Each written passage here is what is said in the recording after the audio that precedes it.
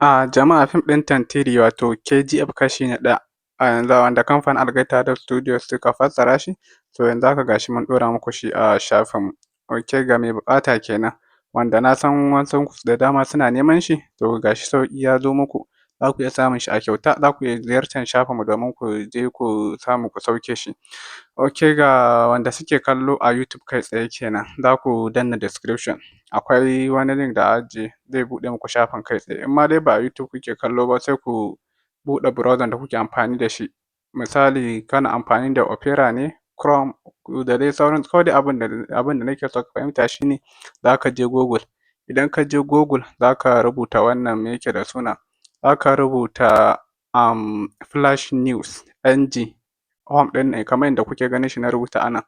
Flash News da kuma NG sai home a gaba, wannan to shi ma zai buɗe muku shafin a farko the same. Abin da za ku yi shi ne sai ku duk shafin da ya nuno muku a farko,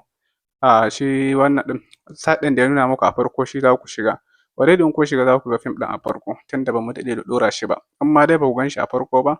za ku abin nan me yake da suna, za ku iya searching ɗin shi, in kun yi searching ɗin shi duk za ku gani. Na san kun san fim ɗin KGF, wasunku da dama suna neman shi, don fim ne da ba a gajiya da kallon shi, musamman kuma ga shi na fassarar kamfanin Algaita Dub Studio. To kawai shi ya sa hakan ma ya ba mu ƙwarin gwiwa ganin cewa ya kamata mu ɗora muku shi. To kawai ku shiga ku sauke shi ba tare da ɓata lokaci ko wani abin nan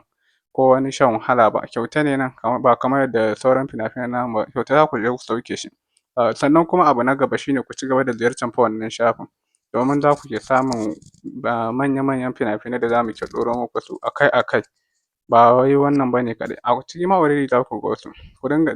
idan mun buɗe shafin ne musamman don ku dinga shiga kuna saukewa. Ok ina fatan za ku fahimta, sannan ina muku fatan alheri, Allah ya taimaka, bye.